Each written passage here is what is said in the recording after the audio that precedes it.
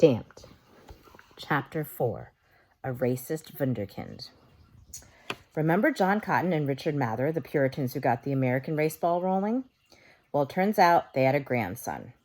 Well, not the two of them together, obviously, but Richard Mather's wife dies, John Cotton dies, Richard Mather's marries John Cotton's widow Sarah, Richard Mather's youngest son, Increase, marries Sarah's daughter Maria, making her his wife and stepsister. Increase and Maria have a son, February 12, 1663. They name him after both families. Cotton and Mather becomes Cotton Mather. By the time Cotton Mather heard about Bacon's rebellion, he was already in college, an 11-year-old Harvard student, the youngest of all time. He was obviously a nerd, and on top of all that, he was extremely religious. He knew he was special, or at least meant to be, which of course did nothing but fill his fellow classmates with spite. They wanted desperately to break him down, make him sin, because no one likes a show-off. Basically, Cotton Mather was obsessed with being perfect and blamed himself for everything wrong or different with him, believing even his stutter, with which he struggled, was due to something sinful he'd done. Because he was so insecure about his speech impediment, Cotton Mather took to writing, and eventually he would write more sermons than any other Puritan in history. By the time he graduated from Harvard, he'd overcome his stutter, which to him was, of course, a deliverance from God. Being delivered from his stutter was a good thing because he was destined for the pulpit. The grandson of two Puritan preachers had to grow up to be one. No other choice. And there was no better way to begin his career as a clergyman than for him to co-pastor his father's, also a preacher, church. But while he was avoiding his bullies at Harvard, trying to use his words and doing anything he could to walk a righteous path in the eyes of God, there was a tension brewing between New England and Old England. In 1676, an English colonial administrator, Edward Randolph, had journeyed to New England to see the damage done by Metacomet, the indigenous war hero, and his warriors. Randolph reported this back to King Charles II and suggested they tighten the grip around New England because clearly the New World experiment wasn't going so well. So now Big Brother was threatening to step in and clean up Little Brother's mess, which meant Massachusetts would lose local rule if it didn't defy the king. Of course, the other option was for the colonists to just fall in line, but that would mean giving up everything they'd worked to build. Defiance seemed like a stronger play. And in 1689, New Englanders did just that. The thing about revolution is that it almost always has to do with poor people angry about being manipulated by the rich.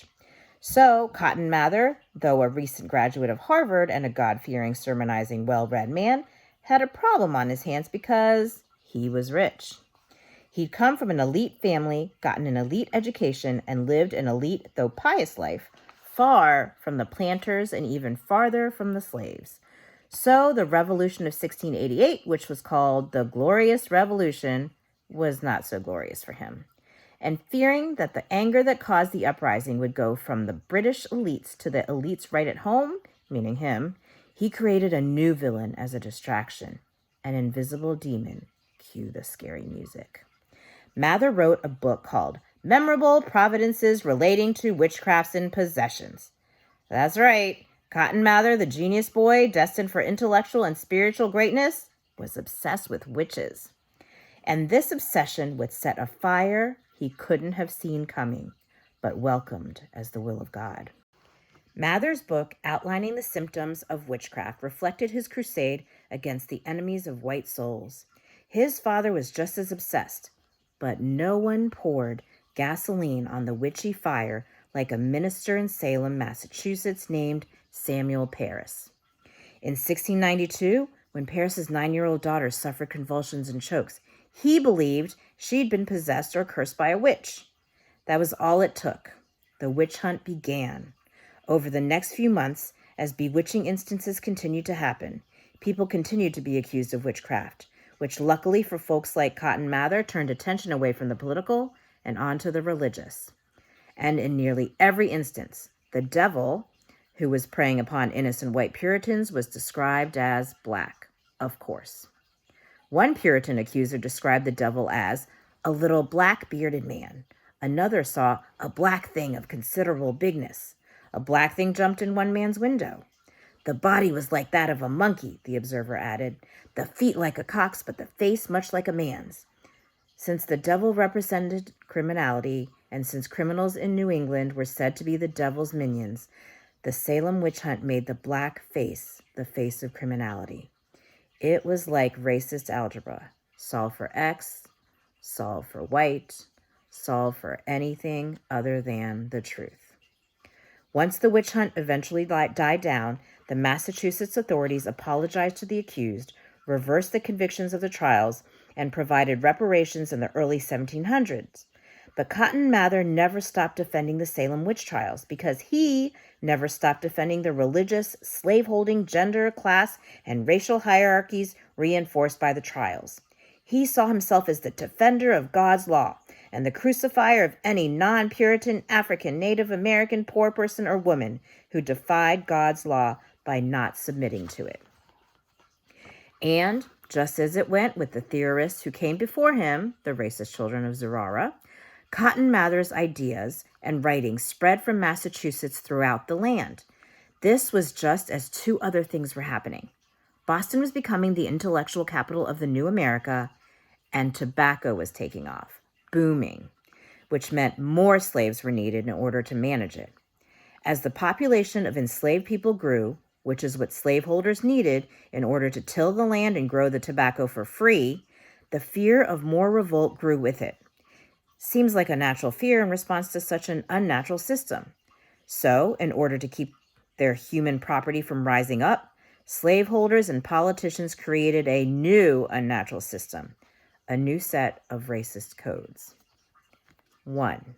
No interracial relationships. 2. Tax imported captives. 3. Classify natives and blacks the same way you would horses and hogs in the tax code, meaning they were literally classified as livestock and not as human. 4. Blacks can't hold office. 5. All property owned by a slave is sold, which, of course, contributes to black poverty. 6. And white indentured servants who were freed are awarded 50 acres of property, of course, contributing to white prosperity. And while all this was going on, all this systematic knife turning, all this racist political play, all the violence and discrimination, Cotton Mather, all high and mighty, was still trying to convince people that the only thing necessary, the only mission of slavery, had to be to save the souls of the slaves because through that salvation, the enslaved would in turn be whitened, purified. Enslavers became more open to these ideas over time, right up until the First Great Awakening, which swept through the colonies in the 1730s, spearheaded by a Connecticut man named Jonathan Edwards. Edwards, whose father had studied under Increase Mather, was a direct descendant of the Mather's Puritan thought. He spoke about human equality in soul and the capability of everyone for conversion. And as this racist Christian awakening continued to evolve, as people like Edwards carried on the torch of torture, Cotton Mather continued to age. In 1728, on his 65th birthday, he called his church's pastor into the room for prayer. The next day, Cotton Mather, one of New England's greatest God-fearing scholars, was dead. But you know how death is. Your body goes, but your ideas don't. Your impact lingers on, even when it's poisonous. Some bodies get put into the ground and daisies bloom. Others encourage the sprouting of weeds that work to strangle whatever's living and growing around them.